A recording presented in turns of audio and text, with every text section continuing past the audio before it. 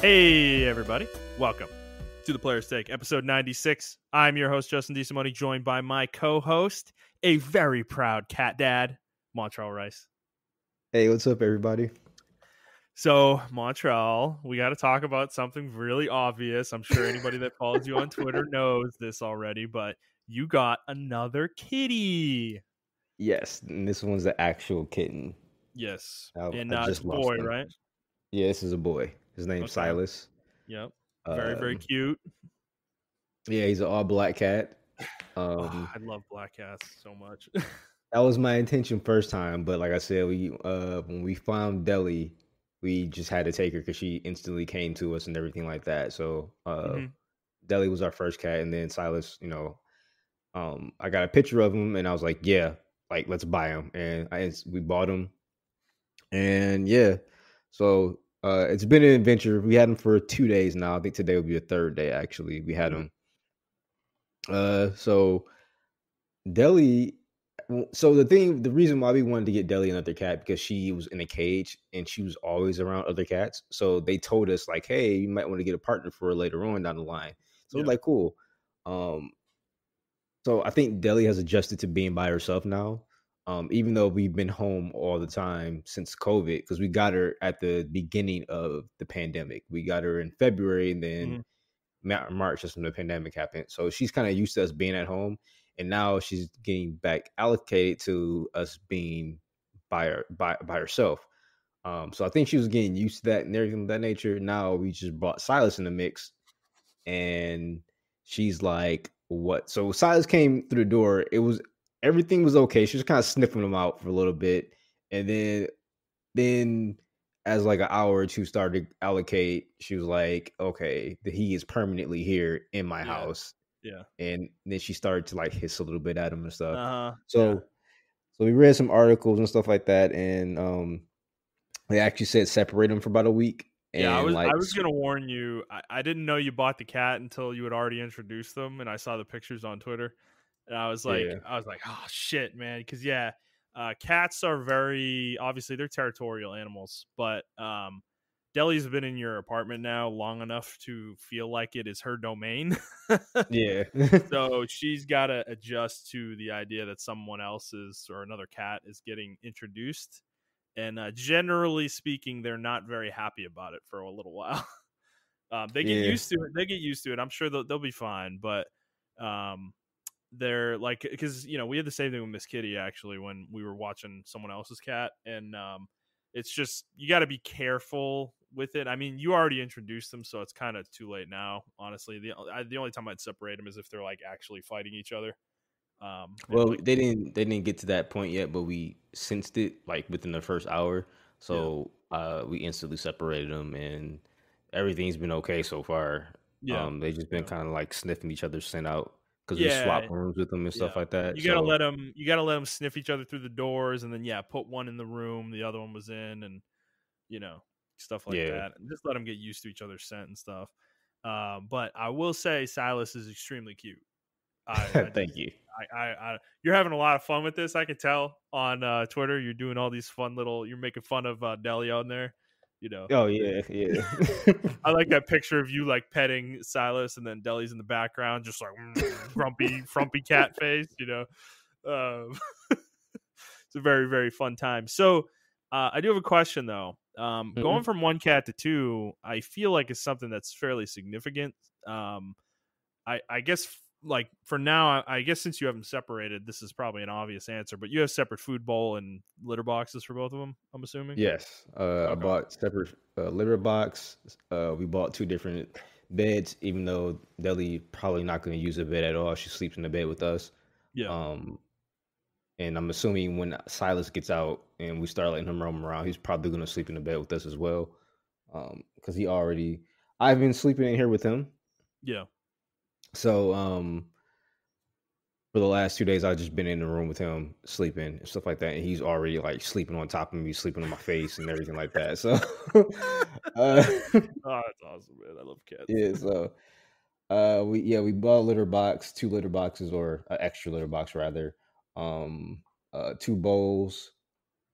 And we're trying to I'm trying to get him on a schedule. So we do have him on a schedule of eating and stuff like that. The Yeah. same schedule as Deli, Hmm. and we actually switched Deli's bowl placement to right outside the door where Silas is at. So Yeah. they're forced to like sniff each other out when they're eating.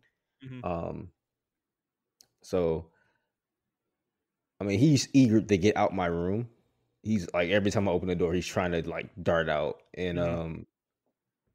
I just don't want to let him out yet. I'm gonna give it about a week, and then I'm gonna let him out. Yeah, I'm Deli gonna, would fuck him up. yeah, Like Deli's pretty much fully grown cat. So, yeah, and Silas looks pretty small right now. So, yeah. So I'm only gonna let him out like when we're here. I'm not when I'm gone, where both of us are gone. I'm not gonna I'm gonna put him back in the room, stuff like that.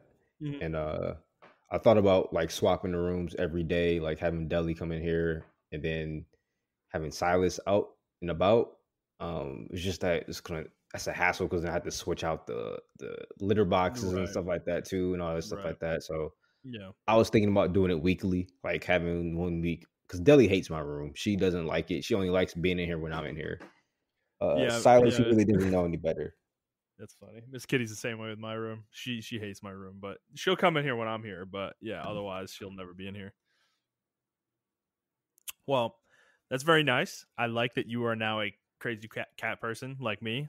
Um, I love cats.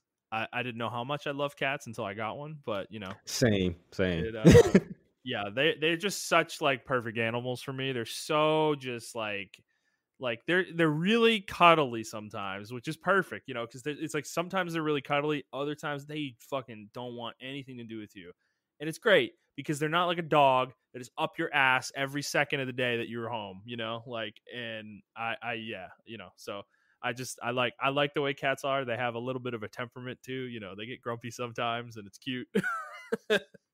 And other times they're just super cuddly and like just want to they don't want to leave you alone, but so I'm all for it. So I'm happy you got a second one, man. I'm glad you're doing it. We're thinking about it. It's just like I don't know, because we do an automatic feeder with our cat, and doing a second automatic feeder for a different cat is it's would really wouldn't make sense, because if the timers are off at all, then it would be kind of weird like for them. And then also Miss Kitty is such a ravenous crazy person with her food that I just don't trust that she would let the other cat eat, if we like poured out twice as much food for them. So I just don't know how we would navigate having a second cat, but we definitely want one though. Yeah, Because you guys have plenty more space than I do, so I think you guys can do the separation thing and just have yeah, the cat maybe upstairs. yeah, Uh, for sure. and yeah, have a different bowl and everything like that upstairs and stuff like that. Because I think it's definitely doable. Because I was gonna actually wait till I get a house to get a second cat, but I mean, like same thing with Deli. Like we saw Yeah, Silas and we're like, yeah, I you gotta just fucking get him. fell in So love, right? yeah, so Fair enough. so Well, far it's not that bad. I mean, he's just a kitten, so I'm just watching him right now oh, they're because so he is a cute at that kitten. stage, dude. Oh my god. It's just they're so little. Like they're so little. Like can he just fit in your hand? Like just sit in your hand basically? Like is he that small, or is he a little bigger than that? He's a little bit bigger than that, Yeah. but he always like when I'm sitting down, like he instantly jumps in my lap and he like falls asleep. I was before we got on the podcast, I was playing Destiny and yeah, he just instantly jumped in my lap and fell asleep. And I was like, Mhm. oh, okay, I guess this is what he does. Like, because Deli doesn't like to really get in anyone's lap. Although Yeah. now, which is funny, now she's jumping in laps and being cuddly. She's jealous, man. She's gonna work a little harder. She's like, I can't be automatically the only. I'm not gonna get all the affection. I gotta work for it a little bit. So Yeah, so that's yeah, funny. you can definitely tell it's funny seeing her like this. 'Cause I'm like, you are a strong, independent cat. You don't really like to be cuddled like this. She gets her little scratches off of us, and then she goes about her business when we come home. So Hmm. this Yeah, is definitely a adjustment for me. yeah. Well, that's funny. Maybe she's learning from Silas though, like seeing it, and then he's like, oh, that actually could be pretty nice, and so that's cool though. Cats, it is funny. They have very distinct personalities, and they do act markedly different when you introduce another cat into their space. It's very interesting. Like Miss Kitty, when like she's with us, like she is super cuddly. She literally acts like a kitten all the time. Just wants to snuggle with us all the time and like rolls around on the floor, wants like pets constantly. And then when we have another cat though here, she literally completely changes into like it feels like a different cat where she almost acts like a mom, where she's like trying to take care of the other cat and is like almost ignoring us, like it's very interesting dynamic. So it And is that's what we funny. thought Deli was gonna do. We thought she was gonna become like a mother figure, but she's actually I don't want to say hostile. I'll say she's standoffish because she just Um, doesn't know what's going on right now. I mean, I don't big think she's sister. hostile. Yeah. Yeah, So fair enough. Well, otherwise, I actually have an update on my fence situation. So, we've gone over the saga of my fence, me trying to find a company to do it, and then deciding to do it myself. I did a yeah. little bit over Thanksgiving break, but me and my wife actually finished it this weekend. So we have fully repaired our fence. We got a whole bunch of new boards. It took us about 3 hours over the weekend. It Yeah. really wasn't that bad. There was a little bit of interesting stuff we had to do. We had to kind of cut some boards and some little bit custom, but wasn't too bad. We got it done though. It looks good, man. I'm fucking proud. I repaired a fence, man. Like I was like You're shit. you're a fucking homeowner, bro. Yeah, man. I'm a full-on homeowner. I am an old-ass man. Like, like I was thinking about it, yeah, because my dad would literally be laughing his ass off if he could see me fixing my fucking fence. Because, as a kid, he would go to Home Depot and just would, like, be there, and it was like his toy store. He would just go in there and just want to look at everything, And I'm a kid. I fucking hated that store, dude. I would sit in the car. That's how much I hated that store. I'd sit in the car and play my Game Boy.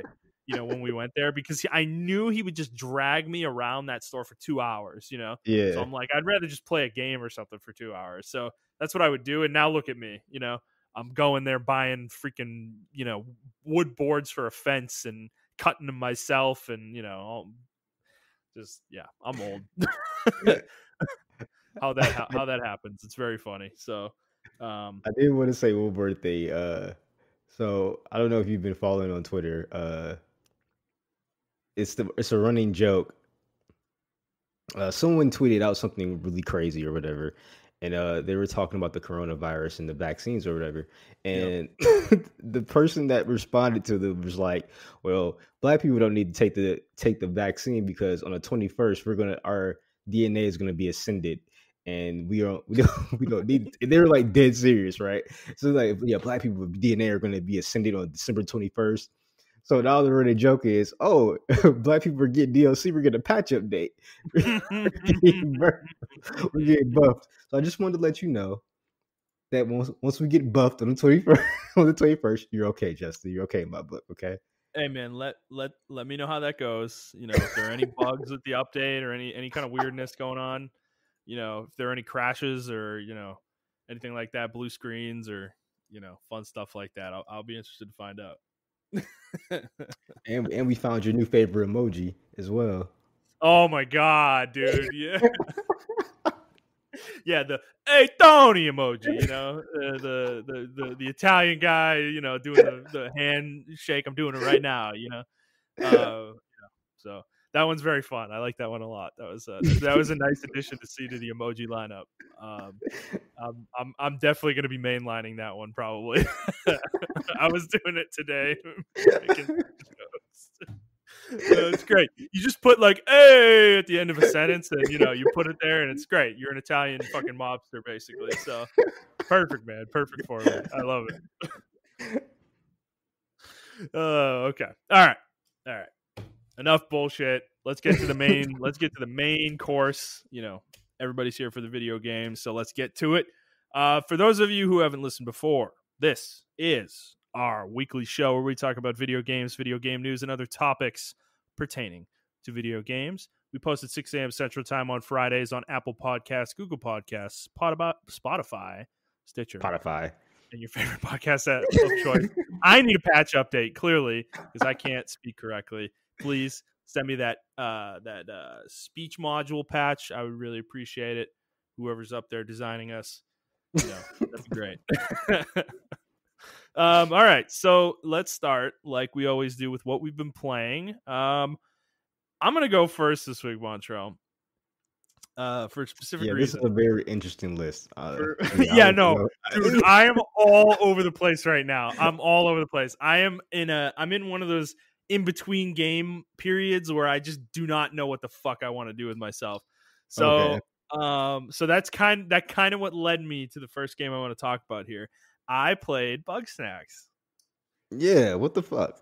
And so this game's free on PS Plus. I didn't pay for it. I would not have played this if I had to pay money for it. Okay. But I wanted to play it because you are famously very, very anti Bug Snacks, and I wanted to see if your, I guess, hate towards this game was justified or not. I Really hope see I'm what this wrong. game is. See what this game was about. So I played it for like 2 hours, I think, on Sunday. And I have to be honest, it's not bad. I So, I did not so what hate is my it? time with it. So it's kind of hard to explain. It's a first person, I'd say, adventure game. Okay. But it's like kind of open, like you can go where you want. Now, it is gated off. There are places that are gated off until you do certain things. It's kind of designed like an old adventure game, Mm. like an old school one. Like I'd almost say like King's Quest or something like that, like those old PC ones back in the day, or Monkey Island or something like that. Oh, okay. Okay. That's kind of what it reminds me of, more than anything. There's no combat in this game or anything like that. Yeah, I It wasn't is expecting that. no, and I mean it's a very simple concept, right? You're basically you're a journalist and you get invited to this island by someone who wants to do an interview with you about these things called bug snacks or whatever, because they're this like wild phenomenon that no one can explain or whatever. And the guy who is your boss sends you to the island, but it's funny because the voice actor for your boss is actually the guy who or guy. I want to say guy. I'm not sure. It actually might be a woman. I don't remember. The voice actor who played Laharl in Disgaea, and it totally took me out of the game. I was like, wait a second, what the what? I know that voice so well. It sticks out so hard to me. So it was really funny though to hear that. But they send you to the island basically, and you go there and you like crash land on the island or whatever. So you start just kind of like on the beach or whatever, or in the middle of the island. And You run into somebody that was one of the inhabitants that was living with the person who invited you to the island. And Okay. basically, they had created a little settlement here, about 10 or 12 of them, and they were really into these bug snack creatures, which are literally bugs that are snacks. Like it's literal. They're creatures that look like bugs, but they have some kind of form of food, whether that's like a strawberry or French fries or a burger. There's a bug snack that's called a bunger, which is literally a burger that has like horns coming out of it that charges at you and stuff. It's very funny, and it's like a Pokemon basically. It says its name constantly. It's like bunger bunger bunger bunger bunger bunger bunger bunger, and it's like really bizarre, but it's funny though. It's it is fairly funny. So, um, and like the game just kind of gives you tasks to do, like that you'll run into these NPCs and they're like, I need your help. The first guy you run into is like, I'm literally dying. I need food. Please go catch some bug snacks and feed them to me. And that's like what you do. You go catch a few bug snacks and you give them to them. And Okay. they give you various tools to catch the bug snacks with. So it's kind of like you have to catch them for various reasons, either feed them to people or trade them for something or something like that. That's where the adventure game kind of part of it comes, is that you have to figure out what bug snacks you need for what purposes, and then do that, and then that will either unlock new quests or it will unlock a new area that you can go to, which then cascades into getting you different types of bug snacks that you can catch, which then give you other things. So Gotcha. that's Okay. basically the game. Now, there is a storyline with this game, though. The person that invited you is lost. Like, she went out into the wild to hunt some bug snacks one day and never came back, and no one knows where she went. And then the village that they had created just like fell apart, basically. So everybody is just scattered throughout the island. They all left their little settlement basically. Okay. So the game, the structure of the game is that you have to like do things for these people to bring them back to the settlement basically, and you need to rebuild the settlement essentially to find, and then that will enable you more than likely to find out what happened to the person who invited you to the island.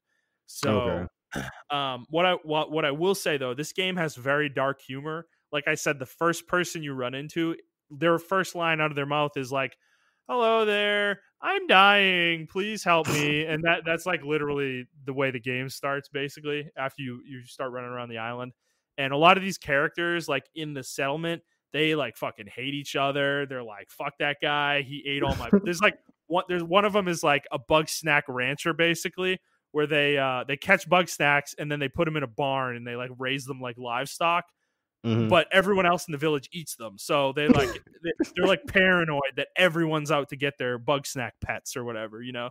Yeah. So it's really bizarre stuff like that.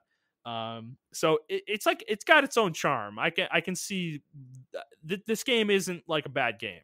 I'm not going to sit here and Okay. say it's great. I'm not going to recommend this to everybody. You know, if that sound what I just described, if that sounds appealing to you, check it out. It is free on PS Plus, but like this is going to have a very specific, like the humor really needs to hit for you probably. And I think the just the concept of the bug snacks needs to be appealing for you to want to try this. But it is a charming game. I think, Okay. and it's not large. It probably takes 10 hours to fully complete. You know, it's really not a long game at all. So, you know, might be worth your time if you're looking for something short. So, Okay. I might so check it yeah, out. It is free, um, so. yeah, Montreal, give it a shot, dude. I'd love to hear your thoughts on this. I feel like this game, I feel like this game would throw you for a loop. Cause yeah, it's fucking weird. It's super weird. There's these bugs that have their legs are literally French fries, and they're called oh my god, I can't remember what they're called. Then there's another one that's literally a shish kebab, and they're called shish kebugs. And they scream their name out when you chase them. They're like shish kebab, you know, when you run at them, and it's like Yeah. it's fucking crazy. So yeah, so it's a fun little game. Other than that, so I finally fucking beat Crosscode, dude. I finally fucking beat it this weekend. And I will say the journey was absolutely worth it. This game's story is really fucking good. Like it ends in a really nice way. That is really, it just brings everything together in a good way. I think the characters have really nice endpoints. Now, I will say the game isn't complete at the end of it. Like the story's over, but there's planned story DLC coming out at some point in the future. Okay. Basically that they set you up for. So, but the game is whole though. Like it's not an incomplete game. It's just there's more to come, basically. Continuing the story. So I will say this game was worth it, but it's just that it is an exhausting game. The final dungeon is just such a fucking slog, dude. The puzzles are fucking insane. Like absolutely ridiculously insane. Like I can't even describe to you like how absurd some of it is, because basically you get four elements in the game that you can use: electric, wind, they call it wave, but it's like wind, fire, and ice. Those are the four elements you get to use. And this puzzle, the final puzzle in the game, incorporates all four of them, and you have to use all four of them to complete the puzzle. And it's one of these things where there's a lot of these puzzles in the game where you shoot a ball and you have to hit like a block with the ball, and you have Yeah. to ricochet the ball like around, you know, the room, basically using the obstacles that are in the room to ricochet it into that block.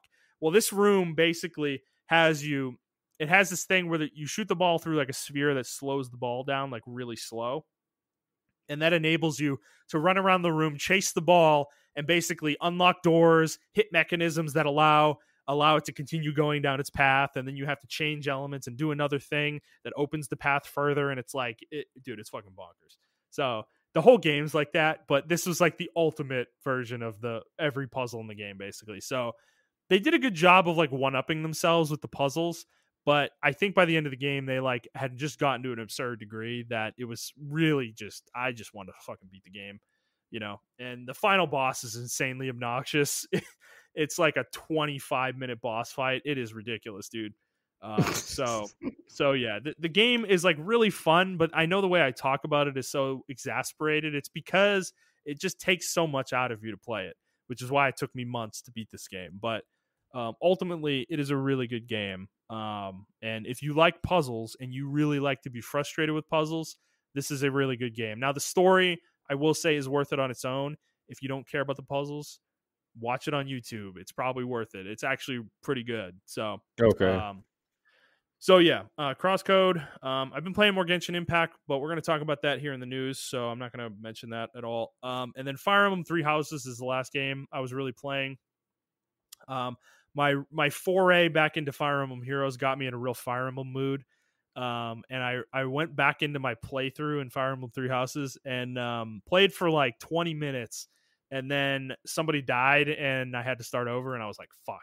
You know that feel. That happens Yeah. in Fire Emblem, and that Yeah. happened to me, and I was just like, "Damn it, I don't want to play this game anymore."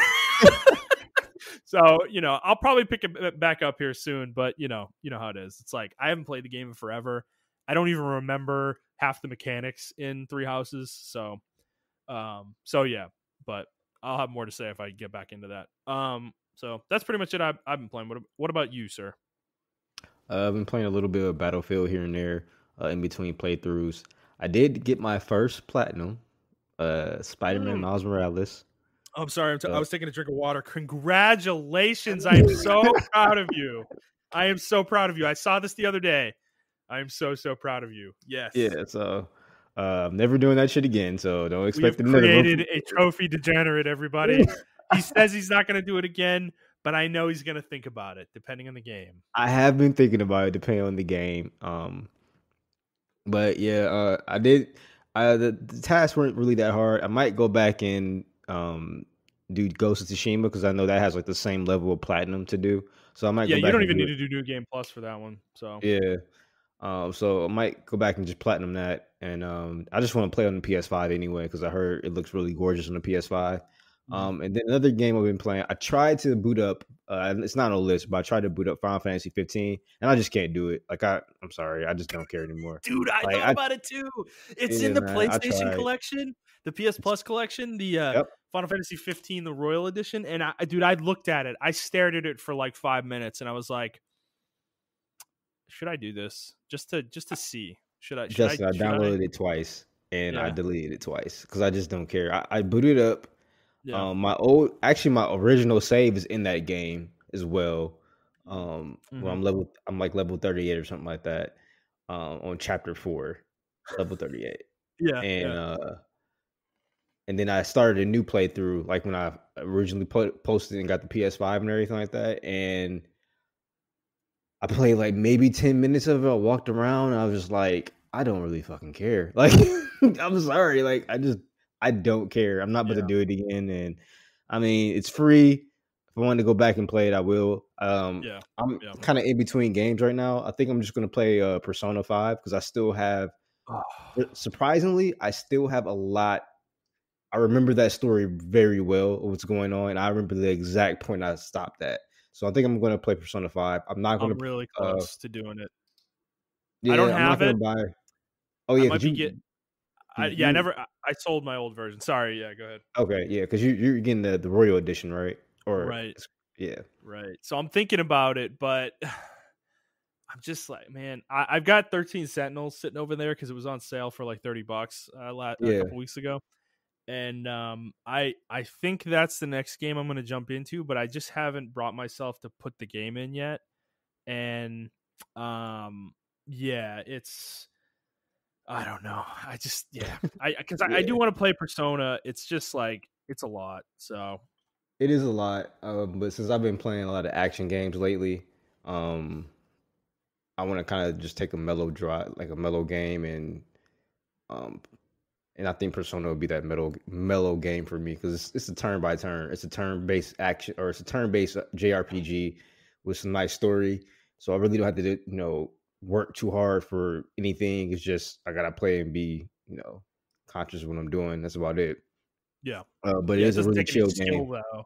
Yeah, you know, exactly. not in the way that like I don't know, like Demon Souls would or something like that. You know. Exactly, because I do have Demon Souls. I don't feel like booting it up, and I also, or I didn't put this on the list. I also tried to play Bloodborne, um, and I was just like, nah, I don't feel like playing this either. either, and I was just like, It's a I think try hard I'm, game, man. They're try yeah, hard games. I don't think I feel like playing any try hard games. Even though Miles Morales wasn't a try hard game, it still was an action game, and I was playing it on the hardest difficulty, so it was try hard in a sense for me because there was some I had to have some kind of Yeah. skill to navigate and everything of Same. that Yeah, nature. I also played it on hard too. So Yeah, so um and then I'm playing Destiny 2. So Destiny 2 is interesting. The patch just came out yesterday for and I stopped playing it last week because I found out the patch is coming out this week. So the 60 frames per second does add a lot of flair to Destiny 2. And the HDR lighting and stuff like that. yeah. So this game is very interesting. It is a game that you can pick up and play if you haven't played Destiny in years. The only problem is I don't understand for a new player. I think they would have the hardest time getting into this game story wise. Um, and even hell, even just playing the game because you go for me since I already play the game. The last time I played the game was I think the Taken King or something like that, or the Civ 6 or Civ something, Civ came or something like that. And Destiny, the old Destiny version of Destiny 2, which is weird to say. Mhm. But that's the last time I stopped playing. And then they had that whole they did like Rasputin, they did Trials of Osiris or not Trials of Osiris, but Osiris, and then they did the reset, I think, with Forsaken. And Yeah. now they got Shadowkeeper and then they got Beyond Light.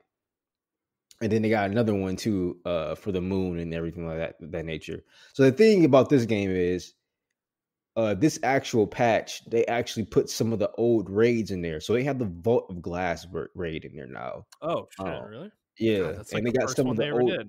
Yep, they actually got the Cosmodrome. You can go to the Cosmodrome from the first game Yeah. now. Yep. I heard that. They got some of the first missions and the first strikes from the first game as well. They did announce that earlier first quarter of next year that the game's probably finally going to be cross play, cross platform play. Oh, Um, okay. That's cool. uh, but the interesting thing about this game is, for new players, I watched a tutorial on for new players, and you go through like the little tutorial, like, oh, you're a guardian, and I'm your ghost, and I just revived you, blah blah blah blah. This is how to shoot. This is how to do all this stuff, and then the game opens up to you, and that's it. They don't really tell you where to go. Like they just open Hmm. up the game to you. Okay. Um, and it's the same kind of for returning players. Like if you didn't play the Beyond Light, and I bought the whatchamacallit for $20. It was on sale, the Beyond Light DLC. So it had that included all the other DLCs as well. I'm not sure how it works for free players, but I got all the DLC and everything like that for about $20 because I caught it on sale. I think And they get everything up to Beyond Light basically for free. okay. So yeah. Um, so yeah, I did that, and now I just since I didn't play the Forsaken one, that's the one where spoiler alert. I mean, it's in the trailer, but Cade 6 dies. So I played that, and I just completed that campaign. Actually, it's almost like a Mega Man scenario. Like Cade dies, and he gets Okay. killed by these 8 like Yeah. super powerful Robot Masters. pretty much, but they're fallen, right? Yeah. They're like Yeah. a different version of the fallen. They all And have different powers. yeah, they all have different powers and stuff like that. They all like one's a machinist and he specializes in making machines, and other one's like he mind controls people and everything like that. And there was 8 of them. I'm like, wow, this is really Mega Manish. Oh my god. Um, so I just finished that campaign. The presentation is good, everything. So I don't know what it is about Destiny. It's just missing something. And I feel like it's missing something big, but I don't know what the fuck it is. Like the presentation's there, the sci-fi is there, the stats are there, like all this stuff is there, and it has it. The gunplay is there. Um, it's I know just what I you don't mean, dude. I know what you mean. Like, that's why I stopped playing both games, Destiny 1 and 2, is because it is missing something. And it's not necessarily content that it's missing. It's just like, it's like I don't really care after a while. That was the feeling I remember having, is that you play it for a month, you're like obsessive about it, and then eventually you get to a point where you're just like, eh, and yeah, I just left, you know.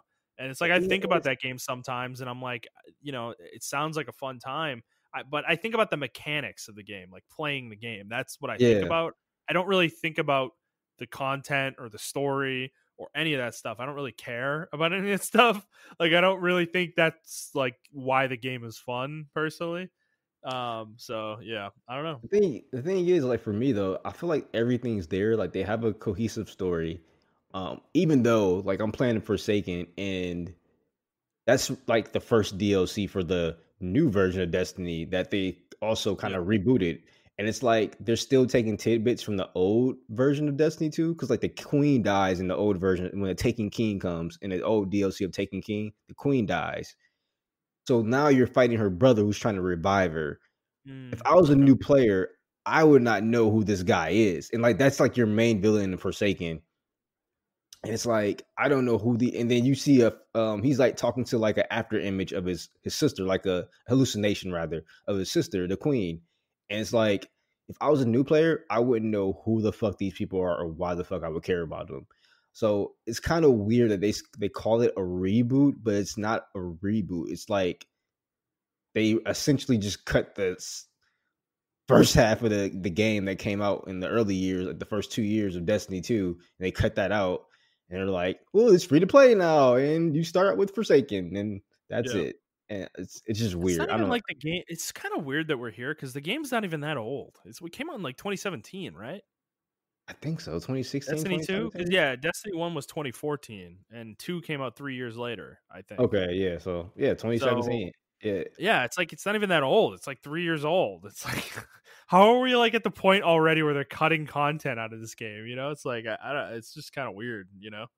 But so I do have a question though on this. yeah. So what's the progression like then? Are there still levels the way there were back in the original Uh, version of the game, they or still have light levels, yeah, which that was and like the power or whatever. But yeah, do you have that's levels outside of that because you used to? I'm not sure. That part I'm not sure. So the thing is they're doing this weird thing where you have like a pseudo battle pass. Oh, that's So right. Yeah. my levels are concurrent with that battle pass, and it'll just say season rank 4, season rank 5, season rank 6. And Yeah. uh each time I get an XP, like I'm growing a level, that's Mhm. actually me unlocking a reward. And I can go into my menu and unlock that reward for that level. So it's Okay. like a But yeah, like but a that battle doesn't get you pass. like a skill point or anything like that, right? No, you can get like if you get all the way up to like level 100 before the season end, you get like a super good exotic or something like that. Okay. Uh, but that's pretty much it. Like, can you still hear me? I'm sorry because I Yeah. just rattled the thing. Mhm. But as far as other progression, it's still like the same light level thing, but they add a little bit of like materials you need to um upgrade your weapons and stuff like that. And like all my old exotics were there and everything of that nature, but I can still upgrade them if I want to. Mm. And you can, if you have old exotics, you can go back and get them. Like you can Okay. go into this certain menu and you can just spawn the old exotic. It'll be at the lowest light level, but you can do it, and then you can upgrade it as you go along. Huh. Um, you Interesting. can upgrade mods, and you can put mods on your guns and things of that nature. I haven't really got too heavy into that. I just actually learned about it today, so I'm about to start doing Mhm. that because I'm not at the max light level yet, so Yeah. I'm not really too worried about it. But I did just want to learn about it just in case I do reach it. So I think I'm gonna skip the Shadow Keeper and go straight into Beyond Light, because that's where you update or you get a new subclass, which is the Stasis subclass, Mm. Mhm. which is a dark power. So you're no, so everyone thinks now that they're going to start getting dark powers instead of light powers, which I thought the void power. I don't know if you play Destiny 2, but you get this Yeah. void I power. remember. Everyone gets the void power, and I Yeah. thought that was a dark power, but apparently that's still a part of the light. So Interesting. this, yeah, so the stasis is an actual dark power. And spoiler alert again, that brother that you kill at the end of Forsaken, he becomes a guardian somehow. So I got to play through the other one for that. Wait, So what? Yeah, so Okay. it's just the story is all over the place. Yeah. Um, honestly, I think personally the game's okay. I already have a couple friends that I'm playing with, so I wouldn't.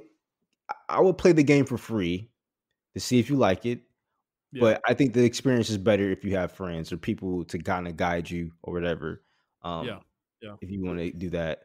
Um, I think Yeah. though what Bungie should do next time I think they should for Destiny 3, um, either completely reboot it or do like another universe where the events don't really happen here, like Yeah. a whole Yeah. different thing. So, Yeah, I just need these games, these like whatever the fuck you want to call them, looter shooters, pseudo MMOs, whatever the hell you want to call them.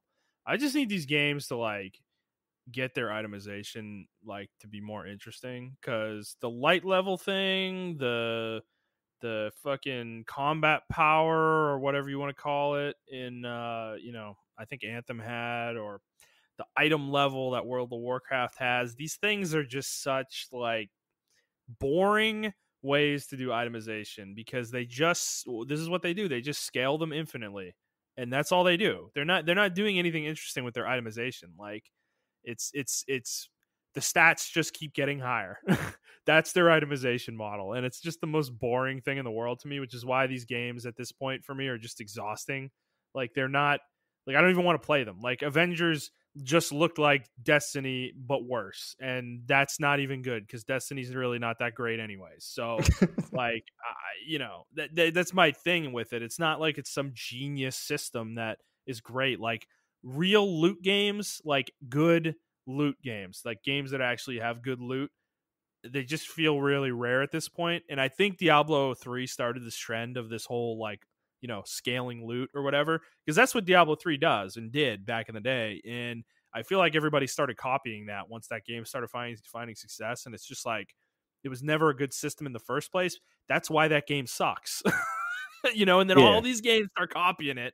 And it's like, here we are now. We're like 8 years removed from that game coming out. And it's like infected the entire genre of loot games. And it's like games like Grim Dawn feel like they're like literally a diamond in this sea of just sand. And it's yeah, like there's so few of them anymore. Because Grim Dawn doesn't do their itemization like that. Like they scale statistics with levels, but there is an endpoint, and that endpoint is like there is so much complication around that endpoint, with the way you can build your character and kind of manipulate your statistics. A lot of these games, there's really not a lot of stat manipulation. Like it is what it is. You get whatever drops you get, and you kind of just build your character around those drops. It's like it's just I don't know. It's just not. It doesn't work for me because these games just always scale endlessly, and they hit an endpoint within an expansion usually. But I don't know, dude. It's no, boring. Like you're right. I think like for Destiny, when I was doing certain missions and stuff like that, sometimes the worlds seem very empty. There's a lot of enemies around, but I don't mm-hmm, really see other players like that. And mm-hmm. I think they need to put like a hub or something on each world instead of having the tower be the hub for players. I So I hate just the want to see tower. other people Yeah. and while I'm fighting and stuff like that. And I mean, sometimes I do during the public events that forces players to come together and stuff like that. But like sometimes there are like 3 or 4 public events on the map at one time, so it's a luck of the draw if you get 4 players to come at this one public event with you. Yeah. So Yeah. I don't know. Sometimes the world just feels very empty, but I know there are a lot of people playing this game, so I don't know. True. True. So, I mean, this does work for people clearly, but I don't know. I just want a little bit more complication in my games sometimes. Yeah, I think that's what they're trying to go for because I can tell what they're trying to do. They just don't want to do it. They don't want to go all the way with it because I think it may turn off their player base. And I Yeah. understand Yeah. that. It's just I don't know. It's not an MMO, but it's trying to be an MMO, but it's not trying to be an MMO. And I don't know what the fuck it's trying to be. I just don't like. It's like be one or the other, bro. Like I don't like the. I'm tired, like you said, of the looter shooters. Even with Anthem when that comes out, be one or the other. Be a shooter, be like a dungeon crawler type game. Which Yeah. Anthem, in my opinion, was the closest thing to like That's what they were going. Diablo. That's what it looked like they Yeah, were going for. They really yeah. did. Yeah. and I want them to either lean heavy into that, and I hope they do, because this pseudo like open world, then it's a dungeon, then it's not a dungeon thing like that Destiny and Division do. Like it's kind of weird in Yeah. a way. So I don't know. Yeah, they're just weird games. They're like really nebulous to me. They don't have like concrete systems in place, and I don't know. It just kind of turns me off to the whole thing.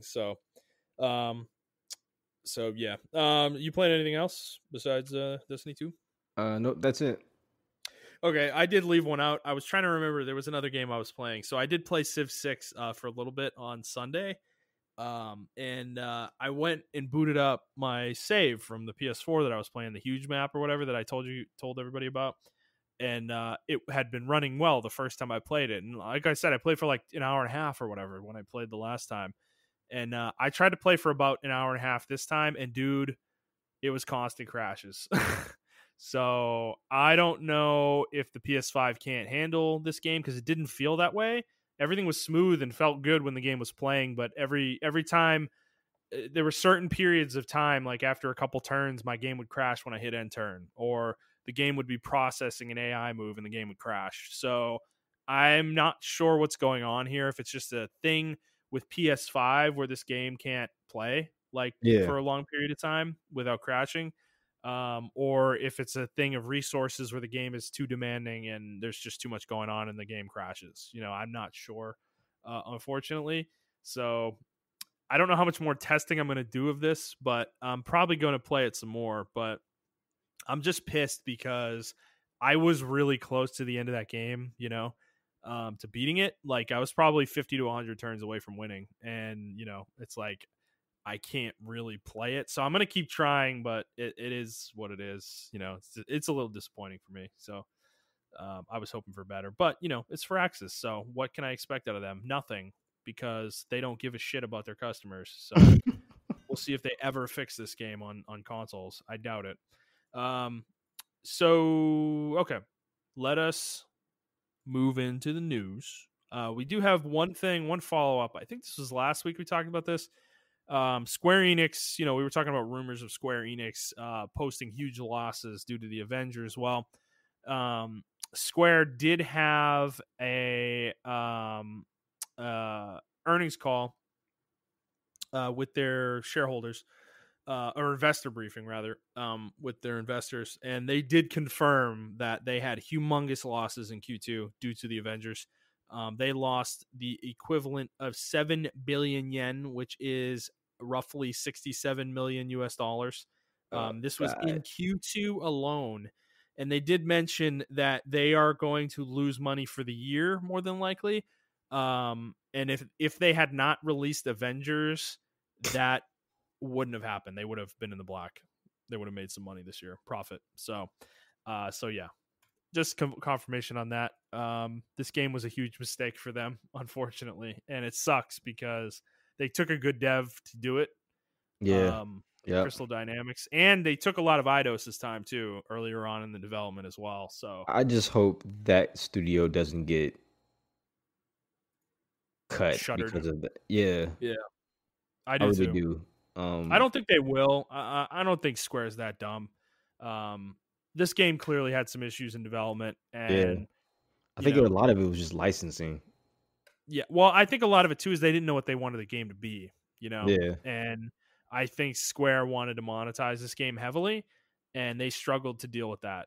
yeah, Clearly, the whole idea of a battle pass per character is the most ridiculous idea I've seen in a long time for microtransactions. So, it is what it is. So we don't have to beat a dead horse on it, but just wanted to confirm that since it has indeed been confirmed. All right, let's move into the news proper.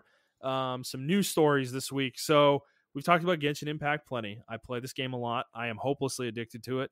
And it has been confirmed by Sensor Tower that they have made nearly 400 million in the first 2 months of this game's existence, 393 million in revenue since launching in September. This is basically through the end of November that this revenue is. So this game has been highly successful. No question about that. None at all. I still do believe this game will probably make $1 billion, but The reason I wanted to bring this up, though, is not just to give you an update on how much money this game has made. It's that this game is in a really weird place right now. The community is up in arms over several things. There was a new character last week that came out named Zhongli, and he is a fairly important character within the game story, but he is our first Geo, which is the Earth element. He's our first Geo 5-star, and he was hyped to fucking no end before he came out. Like, this game has a closed beta test that is constantly going for content that's not in the game yet, that's going to be out in like a few months. Like, they do this well in advance. And shit leaks from that all the time. You know, new characters, new locations, new stuff, all sorts of things like that. So there was a lot of people from the closed beta test saying that Zhongli was going to be fucking crazy. Like, he was going to be super powerful. And he came out and he got stealth nerfed by MiHoYo right before he came out. And he came out and people pulled like fucking crazy on this guy. Like, they were so excited. Free to play players had never pulled in the game because they just wanted this guy from day one, you know? Like, they had saved all their fucking currency to get this guy. And people got him, and he apparently, I don't have him, so I don't know, but a lot of people got him, and they basically are saying that he's one of the worst. He's pretty much the worst 5-star in the game up to this point. And it's created this massive fucking uproar in this game. Like, the community is up in arms, dude. Not just the US community either. The Chinese community in this game is fucking losing their mind. They are killing MiHoYo right now on their forums. They are sending them like tax invoice requests, which is something you can apparently do in China to really fuck with companies, because there's a law in China where if a customer requests a paper invoice, you as a company have to supply it to them. So like, players are like organizing giant movements to request these tax invoices, basically to fuck MiHoYo over and to create a shitload of work for them, essentially. And the US side, the Reddit, is just completely out of control. People are losing their mind about this. There are posts every day. It has not stopped since this guy came out. Honestly, at this point, I'm sick of it. But then there's even the YouTuber side of this, where this game has become like a drama magnet, honestly, because this character came out and you had some streamers and YouTubers saying that he's fucking amazing. He's like one of the best characters in the game. And then you have this other segment of YouTube who are doing real deep analysis on the character and saying that he sucks ass, basically. And they have the numbers to back it up. But there's this group of people who are, obviously, these gacha games have YouTubers and streamers who are whales, who spend a shitload of money because they get, you know, tips or whatever. They get revenue from their YouTube, all sorts of shit like that, right? So they have the money to spend on these games. Yeah. And they're saying that this character's fucking awesome. And it's a weird thing because he actually is pretty good in their hands, but it's because they spent a shitload of money. So it's like, it's created this situation where there's this huge split in the community happening, and it's like super dramatic, and it's becoming really inflamed, where it's like there's a lot of hate going around, and it's really making me concerned about the future of this game, because this sort of happened on the last character that came out, but it wasn't as bad because he ended up actually being a really good character. Ultimately, people thought he sucked when he came out, but after some testing and, you know, stuff like that, it was actually, you found out he was actually pretty good. But Zhongli is not. That's not happening with him. Like, he pretty much sucks, and he doesn't really do his role very well. There's 4-stars that do some of the shit he does better than he does, and that's pretty bad for a character that costs you $200 to roll for.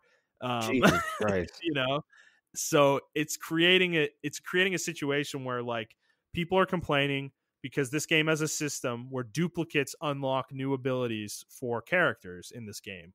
So basically, there's 6 constellation levels. Constellation 0 is what you get when you roll the character the first time and you don't have any of those abilities unlocked. Every duplicate you get gets you 1 constellation level. So you have to roll the character 7 times to unlock their full potential. Now, most characters at C0 are good. Like, pretty much every character in the game's like that almost. Now, C6 makes these characters way, way better at their job, obviously, but usually, for the most part, so far, it's not been things that are like mechanical. It's just damage boosts and things like that, you know, that kind of accentuate what the character does well already. But Zhongli and the previous character, Child, that came out, they've kind of had mechanics locked behind constellations that really change the way the character plays, and it's not a good thing in that regard. So MiHoYo, I think, is testing something with this character, and they're trying to see if it will work. And the community is pushing back really hard that they are not happy about it. But the thing is, people are pushing for a buff to Zhongli, and MiHoYo released an official statement a couple of days ago, literally saying, "We hear you, but we don't think there's anything wrong with Zhongli, and we're not changing him." Pretty much, that's what they said. And this, like, people are fucking pissed, obviously. So it hasn't stopped, and they're not doing anything about it right now. And I'm just kind of wondering, like, what is the future of this game right now? You know, like, are they gonna keep like stripping these characters down further and further to see how far they can go with it? You know? I think so. I mean, I haven't heard anything like this in Honkai Impact, but Yeah. yeah, I think that sounds like what they're doing. I mean, just to get more money, or what they can do is just, I don't know. I tried to play the game. I tried to get back into the game after being away from it for a while because it plays super good on PS5. Mm-hmm. Um, it's just, I don't know, man. Something about it just really turns me off now, and I have no idea. And it's not the game itself. I know it's a gotcha game. I know what I was getting into before I played it. It's Yeah. just, I don't even know what it is. I wish I can just straight up buy the characters. Like, instead of Yeah. rolling for them, I wish I can just straight up buy them for $15, $20, whatever the But case. see, that it's just not the nature of the game. That's not Yeah, what gotcha is. Because, like yeah. I said, it takes $100 or $200 to roll for these characters, guaranteed. Like, you might get lucky in there and roll it on the first roll, but the chances are super low. You know, Well, and then, you're like you said, guaranteed though, to get it. I have Yeah, to go ahead. roll 7 characters or 7 of the same characters to unlock the true potential of the full Correct. Yep. grasp of the character. So that's what, 7 times 2, like 14. That's That's like $1,400. Like, $2,000 to get a C6 for a yeah. 5-star. Generally, what I will say is, like I said, most of the characters that exist in the game now are good at C0. You can beat the whole game with them. You don't need the C6. The C6 like almost makes the game a joke, you know? It's completely unnecessary for content, but that's the problem. It's right now, and I don't know if I trust these guys to not take advantage of that, to I was make just gonna say content that. I that's think they're gonna do geared that. towards C3 characters or C4 characters or C6 characters in the future. Like, they totally could do that. And I've seen gotcha games do that before, and it fucking blows when that happens. Like, it is not fun. It ruins the game straight up. And if MiHoYo goes down that route, this game is going to die straight up. I don't care how good it is. You know, they're going to be left with people. They're going to be left basically with the people who are whales, and that's it. And these games can't survive like that. They need free to play players and low spending players, because if that happens, like, the whales are all gone, co-op's dead. No one's going to be playing co-op, you know? And that matters for some of these people, like these whales, because these people love to show their characters off. That's like half these fucking games. They all have some sort of PvP or co-op to them, because it literally becomes a unit showcase thing for people, where you can show off your amazing character that's C6 and has perfect artifacts and perfect weapons and maxed out, you know?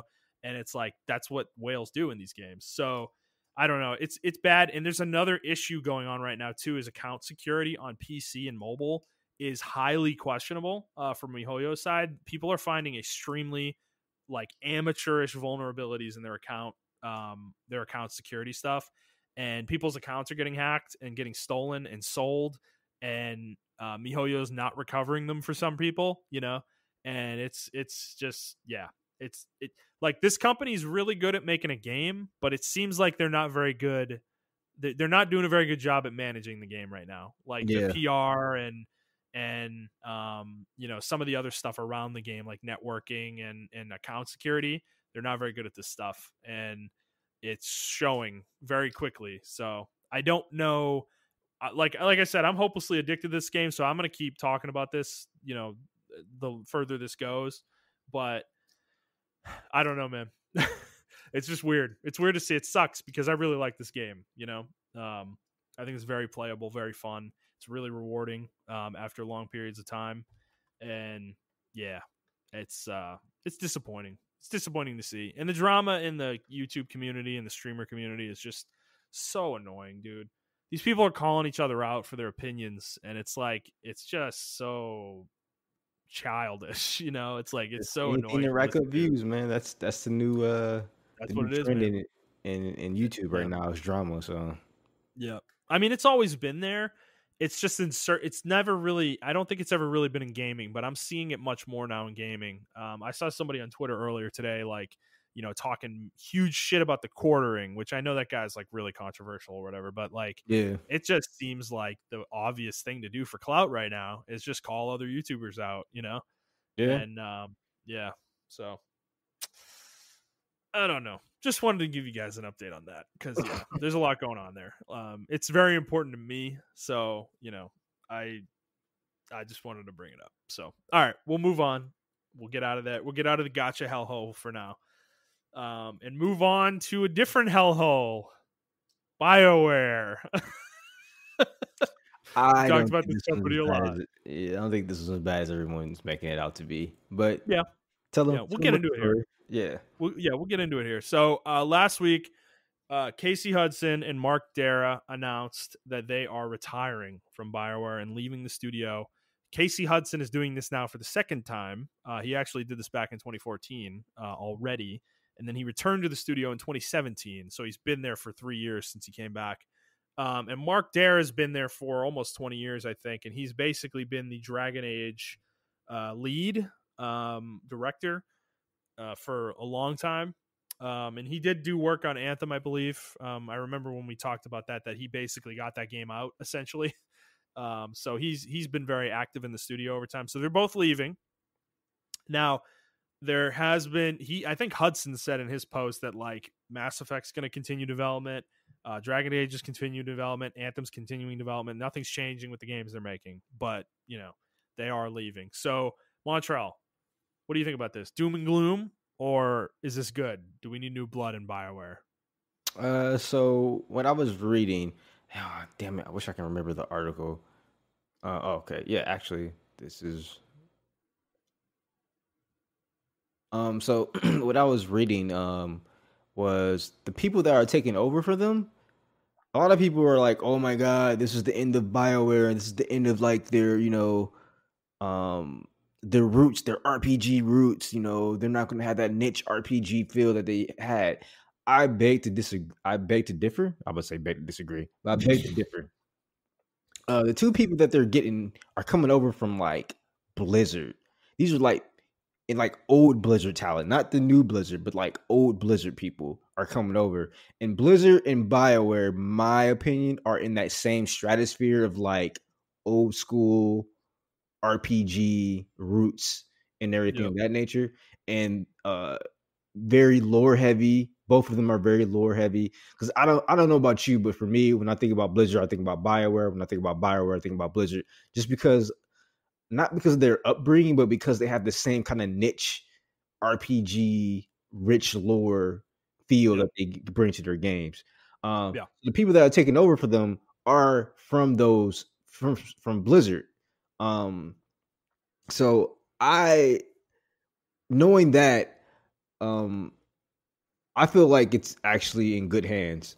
And another one of the people that are coming over is from the Warner Brothers game studios. And she's just one of the strongest leaders in the industry. And Warner Brothers game studios aren't really bad studios. I mean, they made the fucking Yeah. Batman games.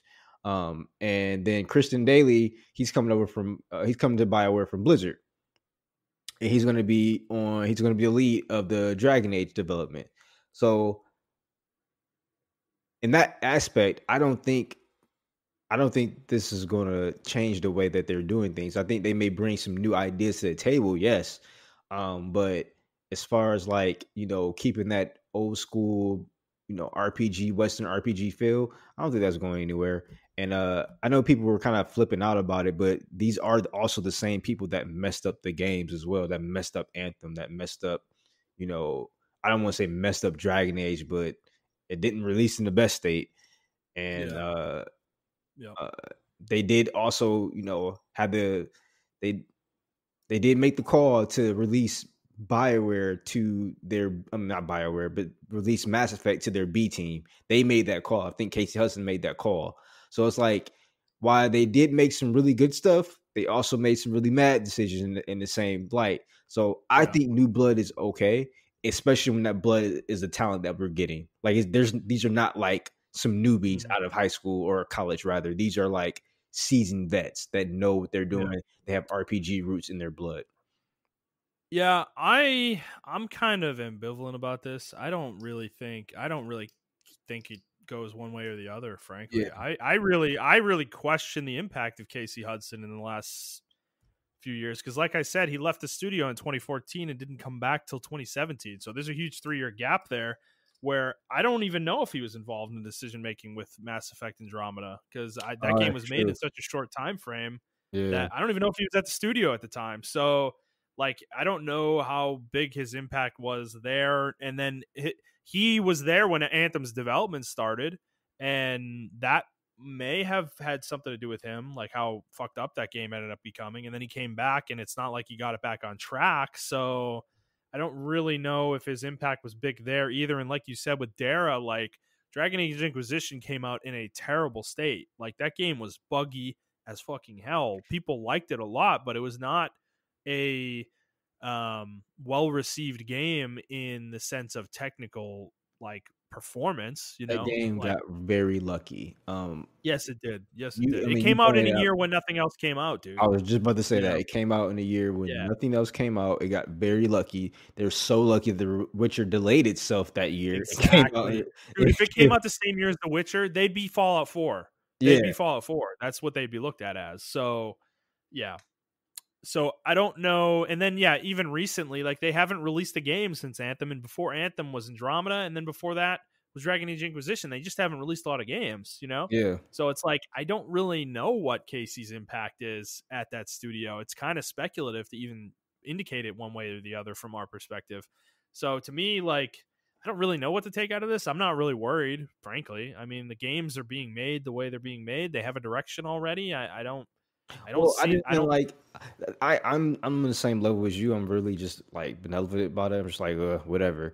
But I saw like everyone online like, oh my god, the world is falling. Mass Oh, Effect is I done. agree with I'm you. like, bro, it's Yeah. not. Like if you just know what's going on and then know the people who've taken over, like where they're coming from, their roots, I don't feel like it's gonna change. I mean, maybe some lore stuff, maybe some gameplay elements or whatever, but I don't feel like the core aspect of what Bioware is gonna change, in my opinion.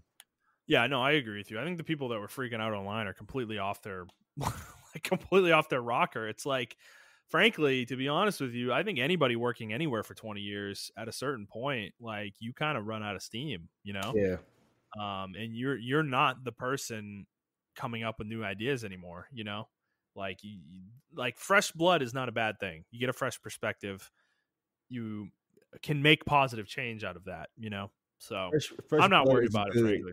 Yeah, it's good when it has like a veteran leader behind it. Like obviously, First Blood made Andromeda, but I don't feel like they had the support of the veteran staff on that team on that game. If that makes any sense.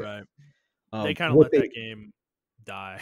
Yeah, for what they pulled off from a veteran for like a newbie team, I feel like it was still good. Like they didn't really have the tools, they didn't really have the support, and they still pulled off a okay, like from a combat standpoint, game. I mean, it was buggy as hell, but I think the ideas they were trying to implement were there, and I like what the direction they were taking. Mass Effect. So I'm really interested in Yeah. seeing what a veteran team would do. So another thing too, a lot of people don't understand is that the veteran staff is still there. The people, the old people who made, Knights. It's not just one person who made Knights of the Old Republic and Mass Effect 3 or Mass Effect 1 through 3. There's a whole team of people under them, and that team is still there. Like that veteran staff is still there. Now, if there are like 10 people that left, then I'll be like, oh shit, but it's only Mass like Exodus. Yeah. What's yeah, going on? exactly. But it's just two people, and honestly, like you said, these both of these people have been there for years. So it's like either they're trying to start their own thing, or they're just like, I just want to change a pace and chill out for a minute. Yeah. And, God, I think Mass Effect Andromeda is a cautionary tale to gamers because I think the anti hype of that game in retrospect is actually really unfortunate. because I think if we had let that BioWare studio, BioWare Montreal, fix that game and then make DLC for it, I don't think that game would be looked at the way it's looked at right now. You Yeah. know? They would have been able to improve it. I think they would have fixed things. I think they would have fixed the bugs. I think they would have changed. I honestly think they would have changed dialogue too somewhat, to fix some of the weird story things that everybody complains about. I think they would have definitely fixed those things. But the thing is, the vitriol towards that game was so extreme in such a large, heavy way from the community that EA just pulled the plug immediately. Like, they didn't even give them a chance. The game had literally 4 months to get fixed, and then the studio got shut down straight up. Like, that's not enough time, you know? This is And before the time where games actually try to fix itself. yeah, Like this was like 2014, I mean 2015, I believe, right? for Andromeda? No, it was 2017, dude. 2017. Wasn't that long ago. Yeah.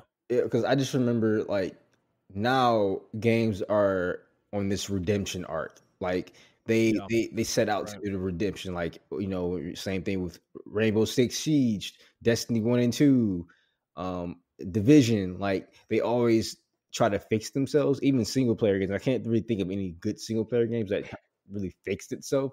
But I'm pretty sure there's some out there.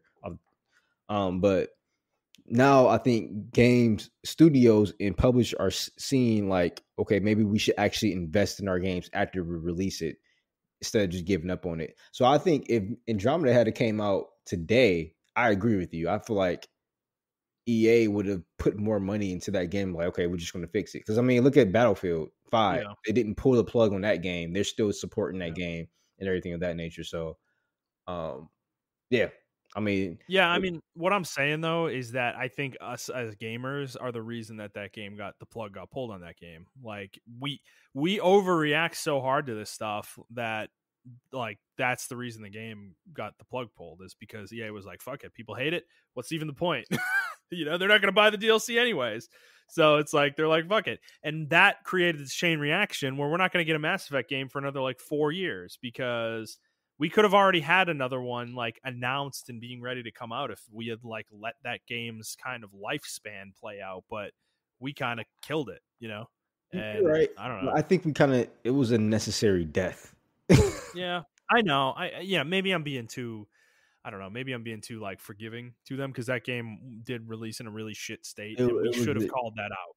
yeah. We need to call that out. We can't I, accept you, that. But and I'm saying that from like an actual person that I mean, because not no offense to you, but you didn't play the game. Like you didn't get the game. It well, was. I did play it. I played Oh, it I for thought you like didn't play it. no, I Okay. played it for 5 or 10 hours. It was Okay. shitty enough that I put it down after 10 hours. Like, Okay. I thought you didn't play so it. I'm sorry. I know the state it was in. I Yeah, just, it was really bad.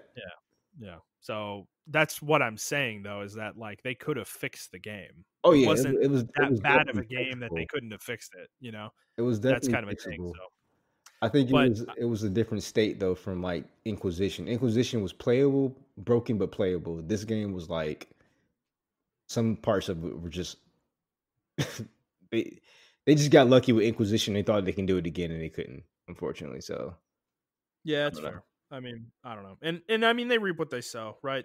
The management did not manage that game's development well. They gave it to a young studio that had a bunch of young developers, and then they didn't give them enough time to make the game. So, I mean, you kind of reap what you sow there too. So I get it from both sides. Like, like you don't want to reward that. Yeah. You don't want to reward a crappy game, right? But at the same time, it's like, I don't know. It sucks, because it's like we do kind of have control over this somewhat as fans, and I do think fans are overreactionary at times. Oh Towards no, some of yeah, this no stuff. doubt, no doubt. Yeah, I we're gonna definitely talk agree about with that here in a second as that. Oh well yeah. with our next story. Um, so yeah, well, we'll see. We'll see what comes. I think Dragon Age is going to be the first game we get from them. So we'll see how that game is in a few years, hopefully. All right, let's move on. Our next story is just about Cyberpunk 2077. So this game is coming out. It will be out by the time you are listening to this podcast. But we wanted to talk about this week because review embargoes came up on Monday. and we found out that review code had been sent for this game only for PCs. They Mhm. only sent PC code to outlets. They did not send any PS4 or Xbox One code for this game to any outlet. So no one could test the console version before the game came out. And you were not allowed to show footage of this game that you had played. You could only show footage from trailers if you were doing a video review of the game. And it kind of came out, a lot of reviewers are reviewing this game and they're being very honest about it, is that this game is pretty buggy. It has a lot of issues performance wise. It is not in the best state, which, we told you that a few weeks ago when they delayed it, that was very likely going to happen if they tried to force this date. And they're banking a lot on this day one patch that's going to be coming out when the game comes out. But the thing is, I mean, this game's huge. Day one patches do not fix every issue in a game. That's never happened. It's never going to happen. Sorry. So this game's gonna be not in the best state when it comes out. And I think we both just wanted to kind of talk about everything around this situation, I guess, that's happened. So Montrell, let's start with the review stuff. How do you feel about their handling of review code and giving out review, like PC only versions of the game, to outlets? I don't like that. It's very sketchy. It's very Yeah, right. EA-ish. That's something like EA would do. Well, it's actually very Bethesda-ish almost, I'd feel like, That's actually a really, Yeah. really good comparison. I saw someone make that comparison. Yeah, because Bethesda is famous for trying to control the media's messaging on their games, and it's a really gross tactic. And CD Projekt did the same thing here. So Yeah, I think they don't want any memes to come out of this, but yeah, um, they're not going to be able to avoid that. yeah, exactly. The only thing I mean, it's just really weird because I mean, I know I've been very, very skeptical of the game. I don't want to say I've been a contrarian. I just been really on the fence. I wasn't really hyping myself up, but I was more so de-hyping myself. Um, Mhm. but I didn't want to come into this like, oh, I told you so, because I actually still want to play the game. Like Yeah, the game, yeah, the when I saw that last review of the game, I know we talked about it last weekend. It was like they said it was a very deep RPG, and I actually watched some of the reviews on it, and the stuff that you can do in the game as far as RPG wise is very interesting. I really want to play a game like that in this kind of world where like hmm anything I do, if I fire somebody, get somebody fired from their job, that can literally change the way like my playthrough and your playthrough are going to be totally different from what I'm yeah, hearing, and that I yeah, think that's very fucking cool. Even the way you dress can change the way characters interact with you and all this other stuff like that. And I think that's very fucking cool. But the thing is, as far as the reviews and everything, I think they should just been straight up honest. They should have did an embargo on all of them, like release the PC and the console version at the same time for the reviews, and then let it be that. Let the consumers decide like which version is the best to get, if that yeah. makes any sense. Well, I will say, I go. think Sorry, people go ahead. online have been very dishonest towards the game. I've been seeing like leaked game footage of the Oh game, my god, dude! Oh, this and is out of control, dude. yeah, Yeah, and some people are trying to frame it like, oh, this is the Xbox One version of the game, when it's clearly just the game on low settings on PC, like very low settings. So I don't know what the vendetta is against this game. I know like I mean, it's one of those yeah, anti-hype culture things, but it is. It is. Yeah. yeah. It's as simple as that. I will be honest here. CD Projekt Red had two moves with the review stuff, and most developers will do it the other way. CD Projekt kind of did it in a different way. Generally, when a game is not going to live up to the hype, and a company knows that, they will put the review embargo literally on release day. Like, you can't release a review until the game is out. And that is something Bethesda's done plenty in the past. Other companies have done as well, and it's usually an indication that the game is not in a good state. Now, CD Projekt Red didn't want to do that because they know people know that, So they decided to try to do this cute thing where they like, oh, the embargo's on Monday. Oh, everything's great. And we're going to send the best version of the game to everybody, you know? And the reality is, I'm sure that the PS4 and Xbox One versions of this game are not going to be up to stuff, which, if you listen to this podcast, we've been literally saying that for fucking months. Like, it's been the most obvious thing with this game is that this game is extremely ambitious. From a graphical standpoint, it's extremely ambitious. From a gameplay standpoint, it's extremely ambitious. And that means that the game needs a lot of power, you know? And these old consoles are 7 years old, you know? And I would not be surprised if the game either runs like shit on them or runs in an extremely degraded state. So we will see on that. We don't know that for a fact yet. I'm still speculating when I say that. Fully admit that. But that is my expectation right now. And that's kind of the picture they have painted with their actions so far, is that they are afraid for people to get their hands on this game. Now, I will say early reports are that the PS5 and Xbox Series X upscaling for back compatibility is actually pretty good. Okay. It's almost on par with PC, a lot of people are saying. So we'll see if that holds as well. Obviously, if we get it, we will report to you our experience with it as well. But to me, like, I think this, it's just like, it's kind of annoying to me the way this stuff happens, where these games get really hyped and then there's always this anti-hype brigade that comes in, and then it becomes like almost like a console war within a video game, you know, within a game's release cycle. And it's like there's the fanboys and then there's the anti-fanboys, and they fucking hate each other and they just sound like complete idiots. Like, it feels like you're watching robots discuss something against each other, you know, robots that literally can't reason. And they're just like, game is bad. Oh, look at this screenshot. Game is good. You know, it's like, I just, there's no nuance to the discussion happening. And it's like all these people are arguing about this without ever having played the game too. That's another annoying thing that video game fans tend to do, is they assume what a game's score is in their head before they ever play the game. And that's like what the game is to them, you know? And then the game, usually they just kind of self-confirm their own bias, you know, as they play the game, and they figure out a reason to make sure that the game hits that, whether they'll reason it in some way or another. And it's just like, it's such a juvenile thing within video games that I just can't. It's so annoying to see. You see it with so many games, dude, hyped games. And like The Last of Us 2 was another one that was like that, and it was just one of the most obnoxious things The to Last deal of with. Us 2 is so annoying. It is. Well, I fucking hate that game. with Like, with that, because the game's not bad at all, and people want this game to just be fucking bad, and I really don't get it. I mean, I understand they may not like what's his name, Neil Druckmann, yeah. Neil Druckmann. I understand that, because sometimes he can be a dick. But I mean, he made a good game though, guys. I mean, just get the fuck over it. I'm sorry. He's a good writer. Like, I'm sorry. I mean, it's just like, you get over it. Why are you so invested? Yeah, just get over it, man. This thing. Yeah. I don't know. I feel like the same thing with like this game, Cyberpunk. And I know I've been hating on it. I wouldn't say necessarily hating on it, but I've been very, very cautious of it.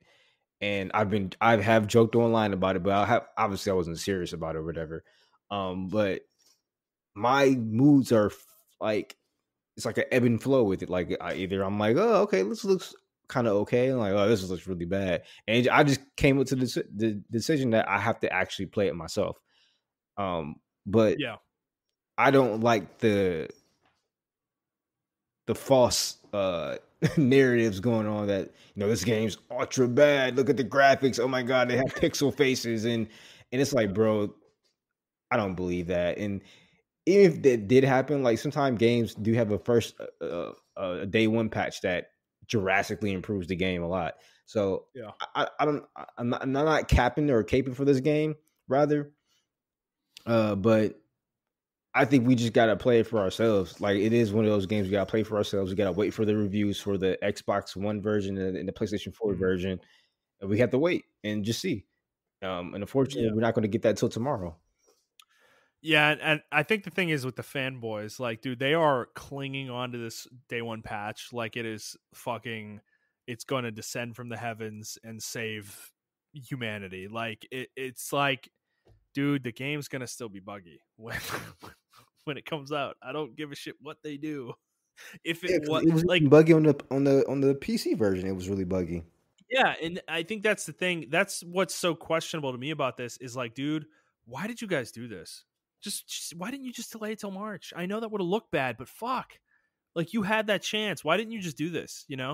Like because they put reviewers in a position where they're reviewing a game that isn't really the right like it's not going to be the same game that it is after the day one patch because there are going to be significant fixes in the day one patch that probably fix a lot of things that reviewers are probably bringing up in their reviews. And it's like, I don't know that it just seems like a really disingenuous environment to be evaluating a game, but it's not the reviewer's fault. Like CD Projekt's doing it the way they're doing it.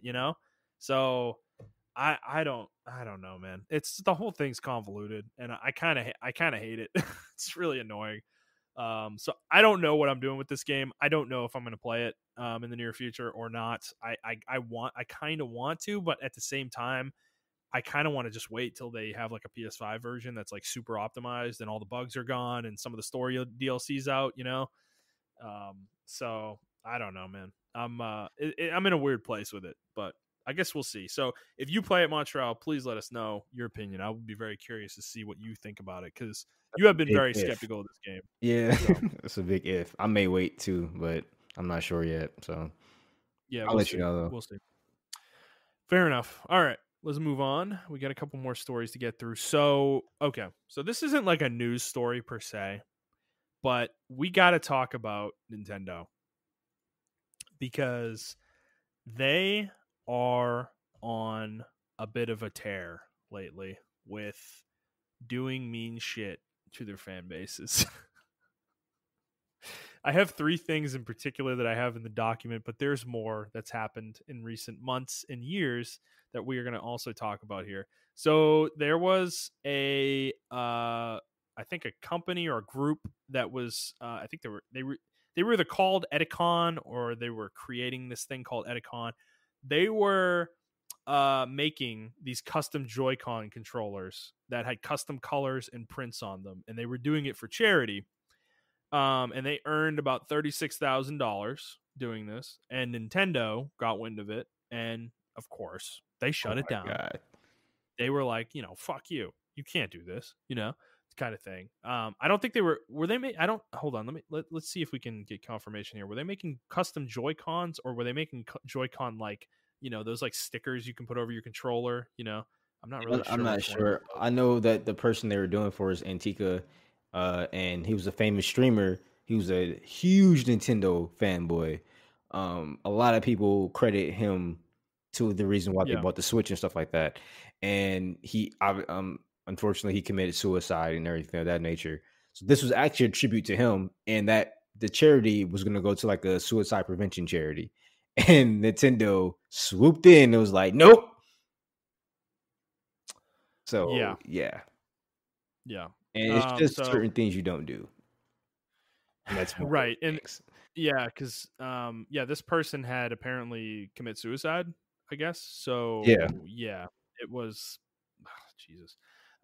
he was a Talking huge about Nintendo Nintendo. fanboy. He was really every stream was like for Nintendo and all this stuff like that. And Yeah. yeah, yeah. Unfortunately, he committed suicide. But I, it's just a lot of people are saying, and now the fan base is starting to turn on Nintendo. A lot of people are like, well, they're legally they're legally obligated to do this, which they are, but from a moral But and that's always the defense, dude. It's always the defense. And honestly, when you really think about it, Nintendo's the only company that does this to this degree.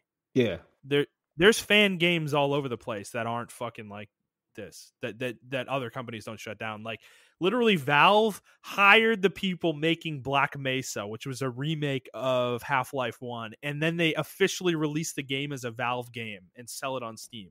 Like it's not apples to apples 100%, but yeah. it's like, come on, dude. Like, Well, what I the mean, fuck? Sega did that with their developers. I mean, they Exactly. found people Right. that were making like a Sonic remake, and they're like, "Hey, how come just come work for us?" And they did it. So I mean, that's why we got the Sonic Mania and everything like that. Yeah. Uh, now Nintendo's also been doing other stuff too. Besides that, with the cease and desist of the controllers, they also did the Smash Bros. Cancellation stream. I don't know if you want to talk about that as well. Yeah. So okay. So these next two are linked. So there were Smash Bros tournaments being held, and obviously we're in COVID times, so people are trying not to meet in person as much as they can. So people are trying to figure out how to do Super Smash Bros. Melee tournaments, right? And there's this kind of mod for the game that was enabling people to play games online or play Melee online against each other.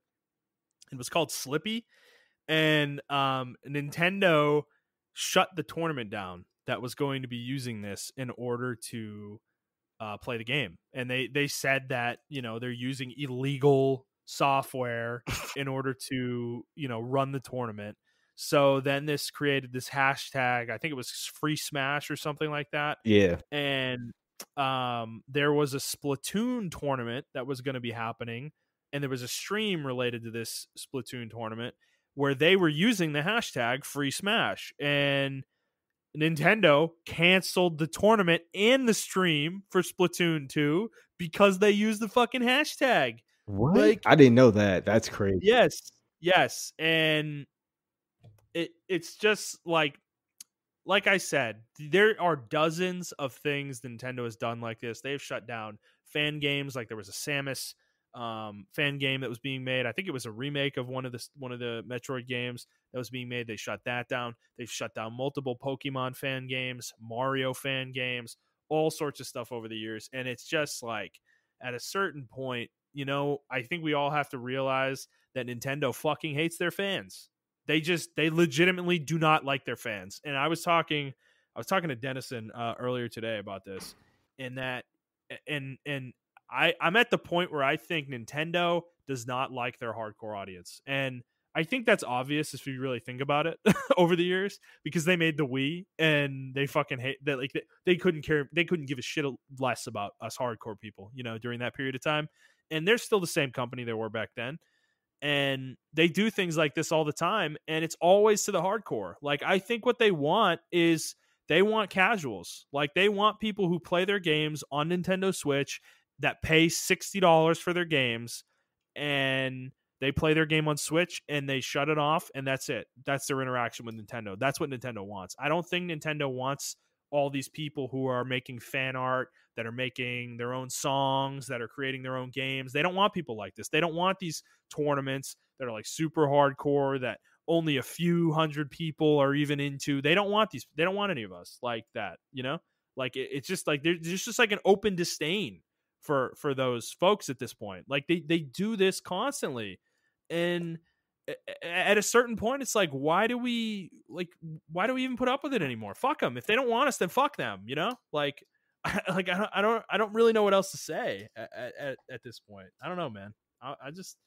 I mean, I feel you. I'm not a huge Nintendo fan like that. I'm a fan of certain IPs they have, but yeah, I mean, I was having a conversation with someone earlier or yesterday about Nintendo, and they really feel like they're not going to learn their lesson because Nintendo, the fans are going to just turn around and like do the same thing. Like once the same, like Breath of the Wild, they're like, well, Breath of the Wild, Hyrule Warriors just sold 5 million, or it's one of the top selling Warriors games. Like this is doing nothing to them and everything of that nature. And when Breath of the Wild 2 comes out, this is not going to change their opinion on that game, and they're still going to buy and support it. And I'm like, yeah, I mean, I'll probably like look at it or whatever I'll probably buy it. But I think those are like two separate communities, in my opinion. This is for their competitive community, which we know for a fact that they hate. They literally made Brawl because Smash was too competitive. They're like, whoa, what is this?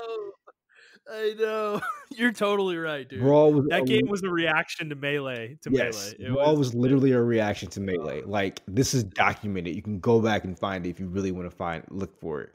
And I'm pretty sure Sakurai kind of regrets that, but I'm pretty sure it was a higher ups thing that was like, yo, we need to make this game as accessible as possible. Melee is way too technical now.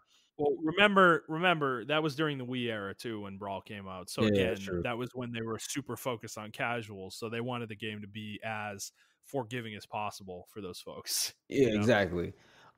Which is nothing wrong with a casual game. I don't mind that. The problem is when you tailor a game specifically away from your hardcore audience. Like these people are always Yeah. gonna buy your game. If you have Well, 1 million hardcore people that's gonna play your game, that's a guaranteed 1 million copies right there. well, and I'd argue that Melee too was a accessible game. It It was is. yes, it was highly technical, but there was a humongous skill ceiling to being highly technical in that game. And to be honest with you, like Smash Melee sold like crazy. Like that game was super popular, and it was popular for a reason because it played super well. It was really easy to pick up and play. It Yeah. was simple, but there was a huge skill ceiling to it because you could be insanely good at it if you really wanted to be. Yeah. And that is great design. That's great design. Even if it was unintended in some ways, I know some of the things that people exploit are like literally exploits that, weren't intended, but the thing is though, it created an environment where the game's really fun because everybody can play it. Yeah. Really skilled people and really unskilled people. And just because you can legally do something doesn't mean you should do it. That's like getting mad at uh, it's like going to cons, right? And like you got lawyers walking up and down artist alley like, oh, you can't sell that commission art because that's actually Goku and that we own Goku, so no, you can't do that. Like Right. it's a community thing. Like not everything is about the money. Like if I have a commission art for Goku from some random person, I'm also going to buy official stuff because I like Goku. Like it's like a circle of life type of deal. And I don't think Nintendo understands that. I don't think they're so protective of their IPs that they're willing to like kill their fan base to protect these IPs. And Yeah. certain things, Yeah. this right here is just something you shouldn't do. I don't care if it is well, technically, Montrell, there's $36,000 that could have went to Nintendo's pockets because it is their IP. I don't care, bro. Like, $36,000. Are you serious? Like yeah, that's like that's morally, nothing. that's you potentially just lost $36 million because you wanted to get that $36,000. Like, I mean, I over Yeah. exaggerated there, but it's still like you lost the fan base because now the fans are really, really people love Antika, people loved Smash and everything of that nature, and you went into the Splatoon community, or like we're also going to cancel you guys too. So it's like, Yeah, because you're supporting the Smash Bros. You know, yeah, injustice or whatever. and then from there it was just one thing after another. Now people are starting to wake up and connect the dots and stuff because we talked about this like 2 months ago or Oh, absolutely. whenever Mario All Stars came out, and then they did the Yeah. Vault thing, like, oh well, it's going back into the Disney Vault. I mean the Nintendo Vault, like, but they're taking all their ROMs off the market. Yep. We have That's right. no They did way of that. playing Yep. these games. People want to play these games. People are begging. They're literally begging Nintendo to take their money. Hey, we will give you money to let us play these old games.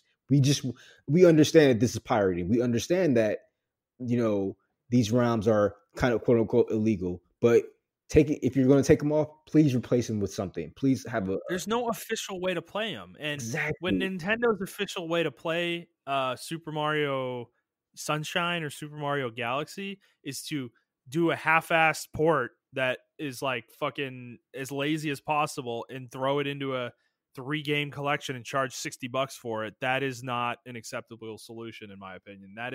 That's gouging. You are taking advantage of your fan base. And this gets into the next point that I wanted to bring up with this is monetization. Yeah. Is that you've been saying for a while that Nintendo is going to turn into EA, and we're getting there, dude. Like their Yes. monetization, and I brought this up a long time ago, back when I talked about like Fire Emblem Heroes and gacha games with Nintendo, Yeah. is that their monetization has long been questionable in their games. And Fire Emblem was one of the first franchises where they really started exploring this space, and it's kind of starting to permeate into all their franchises at this point because Fire Emblem Heroes, jumping back into that game, it's very interesting to see the way that they have developed that game over the years. It is almost 4 years old. And it's a game that's, it's a mature game, but it's losing money now. Well, it's not losing money, but it's losing players. Yeah. The player base for the game is dwindling, and they're not making nearly as much money as they were making back in 2017 and 2018 with this game. And their response to that is to monetize it more, to put a subscription into the game that we talked about on the show back in February, the Fay Pass or whatever. That's their reaction. That's how they do it. They don't make the game better. They do that, and then they have this tendency. They've kind of leaned into the worst aspects of gacha as far as they can, which that is power creep. That's one of the most common issues in gacha games, is that the way they get people to constantly keep pulling characters is to make characters more powerful every time they release new characters. And that's called power creep. And it's a huge problem in gacha games because there's no way to predict it, generally. And when it happens, you're kind of fucked as a player, because it's either buy the new shiny unit or get left behind, and you can't compete anymore. And especially if the game's PvP, which Fire Emblem Heroes has plenty of PvP modes. And there's a lot of pay to win stuff in there because you need the best units in order to compete in those modes. So they've leaned really heavily into the worst aspects of gacha games with that game. And then there's Mario Kart Tour, which is another gacha game. It is a Mario Kart game that is a gacha game. And that game's hyper successful as well. And to see that with Mario Kart, it's fucking depressing, man. And Pokemon Masters is another one. That is a gacha game too. And that game is also pretty successful. And Nintendo has found a niche on mobile that they really like. And it's called gacha.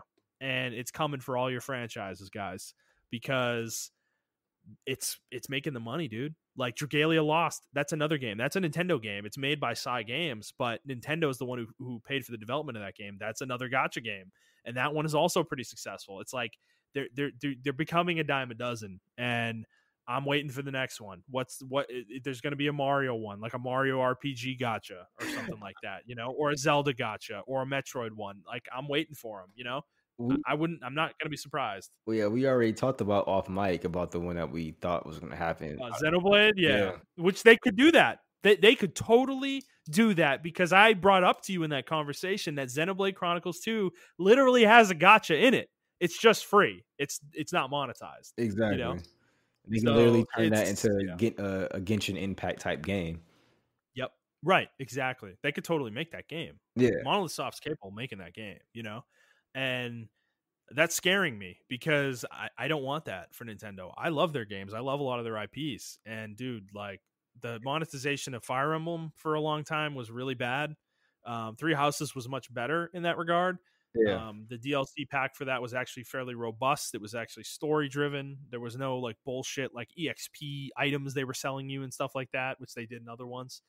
And I don't know, man. I don't know. I don't feel good about Nintendo right now, because even Breath of the Wild had a season pass, and that was not very robust. It wasn't worth the money.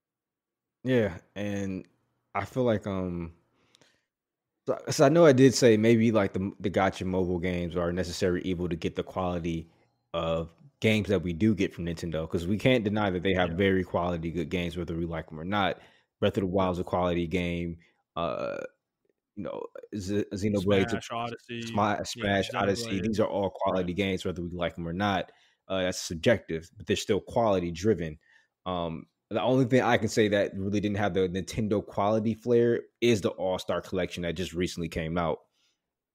I feel like that was very lazy, like you said, on their part. But my thing is, I think that was like a testing of the waters. I mean, they already know any Mario game that comes out is going to sell like hotcakes. So why not? It worked. It worked too. It passed with flying colors. Yep. It was number 1 or 2 the month it came out on NPD. Guys, are you kidding me? Yeah, so it's like, and then it's going to disappear. They're doing a Fire Emblem too. Yeah, and then it's going to disappear for no reason at the end of March, or is it April? No, it's March. And Fire Emblem, the first Fire Emblem got translated as well, and that's also being vaulted, I think, in March. Okay, and so it's weird. I mean, it's not weird what they're doing. We see what they're doing. I think they've been getting away with it for so long that people haven't recognized it because it's like, oh, it's goody two shoes Nintendo. They can't do any wrong. But like now people are, because we've been talking about it forever. I just never really voiced my opinion on it because Nintendo fans are ravenous hunters. Like holy shit. They are. Um, They absolutely are. and if you say anything bad about it, they'll defend Nintendo to the depths of the earth. Um, but we Thank God we actually, aren't popular. yeah, and the one thing that made me see what Nintendo really is that case that we covered. Actually, this was way before COVID because I remember we were in your closet. Yep. Yeah, the one Recording. in was it in Belgium? Yeah, it was Belgium, and they were the most anti-consumer thing I've ever heard in my life. Where Yeah. you can't, I think you can't, even if you You can't reserve, refund their digital games. yeah, even if you reserved Period. it and you wanted to Yeah. cancel your reservation, you can't do it anymore. Yep. Like, And they won a court case in another country saying that they have every right to refuse you a refund, even if you've never played the game. yeah, so I thought that was like very anti-consumer, and I saw the writing on the wall with Nintendo there. But all this stuff that they just been doing is just I don't know if they know how bad it is for their PR. I think they don't care. I think like you're right. I mean we've been joking about them being Disney, but I think they really want to become Disney. And as far as like Mario is Mickey, there's no amount of like hardcore cartoon watchers to get Mickey off screen because everyone knows who Mickey is. And I think it's Yeah. going to be the same for Mario. Like there's not going to be enough hardcore players to boycott Nintendo because everybody and their mama loves Nintendo. Yeah, and I mean, think about this, dude. Like, they're literally opening a theme park in Japan next year, Yeah. like a Nintendo theme park. So, I mean, they are turning in themselves into Disney for video games. Like, that's pretty much what they are at this point, and like that's not good. Disney's not a good company. Okay, they don't have your interests at heart. They don't give a shit about the consumers. They're trying to make as much money as they can off their cute little Mickey Mouse plushies. Like they're a money machine. That is what Disney is, and Nintendo is turning into that same thing. I mean, frankly, they're already there. Honestly, I mean, all these gotcha games that I talked about, like, I mean, they're already there. You know? Yeah, and people were and some of the people I was talking about it with, they're like, well, their quality is always going to be there. And I honestly, in my heart of hearts, think there's like one person fighting for quality in the video games, and the reason Yeah. we are getting these quality video games because that person uh continues to fight for that, or maybe it's a group of people. But I feel like within the next 5 to 10 years, when they either retire or leave, we're going to get a very different Nintendo and we're going to get very different games. And I Yeah. don't think we're going to get the same quality. We're not going to get the same, Xenoblade that we got. We're not going to get the same Zelda that we got because they're going to want to make these games turn out money all the time. Yeah. So I'm just waiting for them to release a live service game in one of their franchises, like a real one, like a Destiny type or something they can put a battle pass on, I'm waiting for that moment because Splatoon is kind of borderline that, but they've never really like gone. I don't know if it's popular enough for them to like go that far with it. So yeah, but I mean, Smash is close, I guess. All these character DLCs they keep doing for Smash Bros. Like, I mean, at this point, to get all the characters in the Smash Bros, you need to spend like more than the game costs, to get all the additional characters they've released. So, and that's questionable to me, like highly questionable, actually. But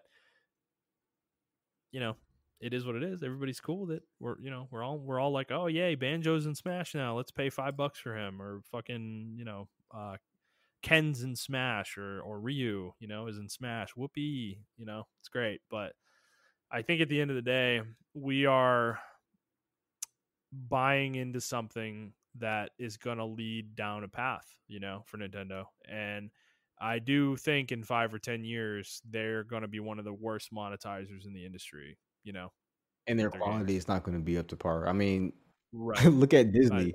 yeah. Like when had they released a quality movie? Their last movie, Mulan, was ass. Yeah. So it's like, and then the last three Star Wars movies were bad, in my opinion. That trilogy was just terrible. So it's Yep. like,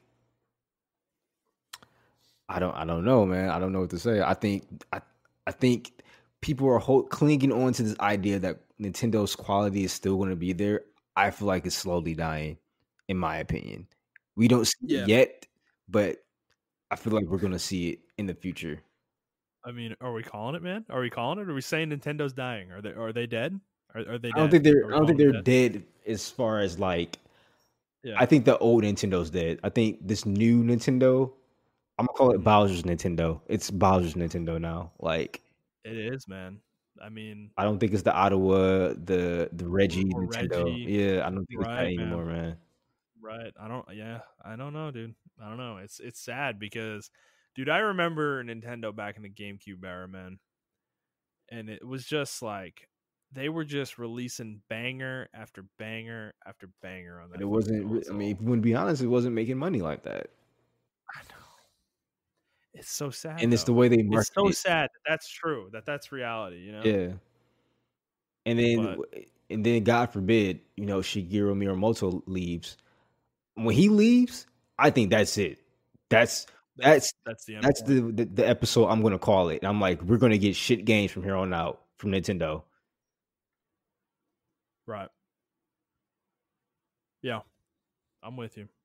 I don't know. It's just hard to admit. I mean, because like you said, you're not like a huge Nintendo fan, but I am, dude. They're a huge part of my gaming upbringing. You know, Yeah. like they are the console I played through up until PS3 came out. Like I was a Nintendo boy. I played Nintendo games. I didn't play Sega. I played PlayStation a little bit on the side, and I played PC somewhat too. But Nintendo was my main console. That was what I played. The way I play PlayStation 5 now, that was me with Nintendo back in the day. Okay. And to be here now and sitting here and it's just like, man, we're talking about they have like 4 hyper successful gacha games, on mobile. It's just like, fuck me, man. Fuck me. And here I am, I'm playing one of them, So it's like, I guess I'm part of the fucking problem, but it just. Like I said, it wouldn't be a problem because we talked about it before. We thought it was a means to an end. And like, hey, if we can get quality fucking Fire Emblem games out of Fire Emblem Heroes, which we did. Three Houses is excellent. So I mean, it's a necessary evil. But my thing is, I think they're gonna take that. There's not going to be a balance anymore, especially when some key people. The pendulum is going to swing further towards the monetization. Yep. And I think that's I think that's just reality. Like I think that's impossible to deny at this point. The way they're treating their fan bases, like they care about one thing. They're shutting these things down because they can't make money off them. That's why they're shutting them down, dude. If they could figure out how to monetize them, they'd do it. But they can't do that without making the PR bad, so they're willing to accept the bad PR of just shutting it down straight up. Exactly. They have to have they have their hand, they have to be in control, rather, that's the word, of everything. Because look at YouTube. You have to be a part of their Nintendo partnership program to even stream their fucking games. Yeah, which is insane. It's completely absurd. Yeah, no one else does that shit. Like, that's free PR for you, and you're like, nope. We're going to shut you down if you're not part of our partnership program. Yep. Crazy. So, I don't know. State of Nintendo right now is not looking great. But we like we do with all these things, guys, we will continue to monitor and we will bring it up again next time we have some more news for you on this front. But yeah, we hadn't really had a sit down talk about Nintendo in a while. So Montrell and I kind of felt like it was time. Yeah. With all these things happening recently, it was time. So, all right, we got one more story here. It's a short one. Halo Infinite, which got delayed a few months ago, famously, now has a new release window. And by God, we fucking called it. We're having a good show, Montrell. We've called a lot of things on what we're talking about. Yeah, is that the new release window is fall 2021, and how does this make you feel? Are you happy about this? Yes. They also released some screenshots of it, and it looks like they took the design of the suits and everything like that. They went away from the Halo 4, Halo 5 design, and they're going back to the original design, like the Halo 1, Halo 2, and 3 designs, which I like. The screenshots they showed look very good. The models they showed look very good. I'm actually super fucking hyped for the game just off those models alone. It lets me know the vision they have for the game now. It looks like they're trying to revamp the way they do Halo. They're trying to go back to the roots. So I Yeah. can't wait. Yeah, they're not these suits are very nice looking, and I'll be honest, they don't have that like matte sheen that they had before. Yeah, They look a little bit more rugged, yeah, which I think is a good thing. So, yeah, yeah, I'm looking at some of these, man. Yeah, you're right. They definitely look more like Halo 1 and 2 yeah, for sure. And even the environments too. They look a little bit more lived in than they did when the game was originally shown. yeah, So I appreciate that too. yeah. I So think they. so yeah, I'm sorry. sorry, go ahead. You go ahead. Yeah, I think the game getting delayed till fall next year is good. That gives them time to really like make significant change to the game. Even if the content's complete, it takes a lot of time to redo assets and art and Yeah, things like that. yeah, So I appreciate that they are legitimately taking the time for this. I know it's a bad look, but delaying in the first place was a bad look. So at this point, fuck it. Just give yourself enough time to make this game perfect. You know? I don't want to say Yeah. bullying works, but bullying works. In some cases, Yeah. because we never really got this revamp if it wasn't because everyone looked at the trailer and was like, "What the actual fuck is this?" Yeah, this is an example of like going back to that Mass Effect Andromeda point I was making. This is an example of the outcry having a positive impact. Yeah, Is that we need to be vocal, but you got to do it in a respectful way. I don't think the Halo stuff was fully 100% respectful on all fronts, but Microsoft did take it on the chin, and kind of embraced the criticism. And because Phil Spencer put like the grunt face on his freaking Twitter or whatever, and so Microsoft kind of jumped in on the joke, and it worked out. I think everything's worked out in a really good way with this. yeah. So I mean, that's how you do it, though. So yeah, it's gonna be a real right. shame when he actually does retire in one day. Yeah. Whereas Nintendo, they wouldn't have listened to anybody. They would Nintendo just is what. That's actually a good point. I'm sorry to cut you off. Nintendo is yeah. what everyone thinks Microsoft is. That's true. That's a fucking man. You just came up with. You just got, dude. That like everybody. Okay, let's take you through Montrell's thought space for a second. The light bulb thing that they used to do in cartoons. That was Montrell just now. The light bulb just turned on, and he was so excited. He was so excited to get that out. Like he was just like, yes, oh, that's a great line. And there you go. So it was good. That was a really good point, Montrell. I really like what you just said there because you're fucking right. Nintendo really is. They really are. They kind of are that. They're the mean ones who don't let anyone have fun with their IPs, and they're fucking all about money, money, money. And they don't listen to their fans. And it's like that's kind of what people think Microsoft is, even though that's completely the opposite of what they are. So yeah. That's a good point, my friend. Why don't we just end there? We're not going to beat that. So we're just going to call it there. That's the show, guys. So if you guys like the show, please like the show, review the show, and subscribe to the show on whatever feed you're listening to it on. And please share it with your friends. We are trying to grow the audience. If you'd like to interact with us on Twitter, you can do so at iTrap for the Hokage for Montrell. That is the number 4, not the word. I'm at ThunderNut01, and the show is at The Player's Take. If you'd like to send us a question, you could send them to us on Twitter. Please give me that update soon on my voice module. You can send those to us on Twitter, or you can send an email to theplayerstake01@gmail.com.